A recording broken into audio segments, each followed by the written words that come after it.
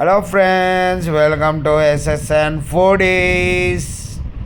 చూడండి, నూనె సలసలగా అవుతుంది. దాంట్లో మనము ఉల్లిగడ్డ వేసాము.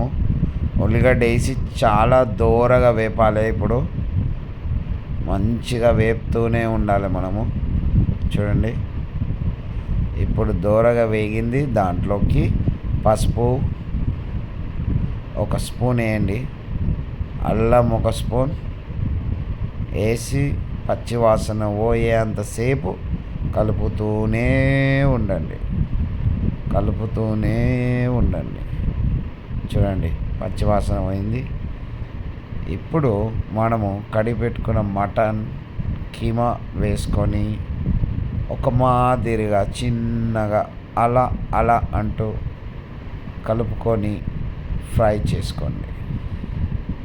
చూడండి, ఇప్పుడు మన కీమా కలర్ మారింది. దాంట్లోకి కొంచెం కొత్తిమీర పుదీనా వేసుకొని మంచిగా ఫ్రై చేయండి.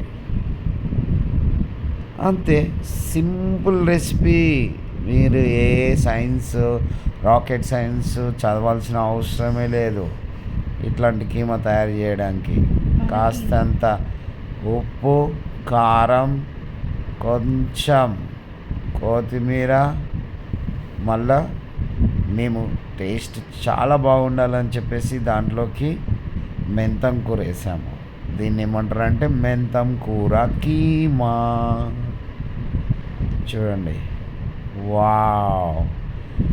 తెల్లన్నంలోకి మెంతం కూర కీమా అమ్మమ్మలు వండినంత టేస్ట్ వస్తుంది. చూడండి, కలుపుకొని తిన్నారంటే రోజు కీమా ఏమంటారు మీ మమ్మీని.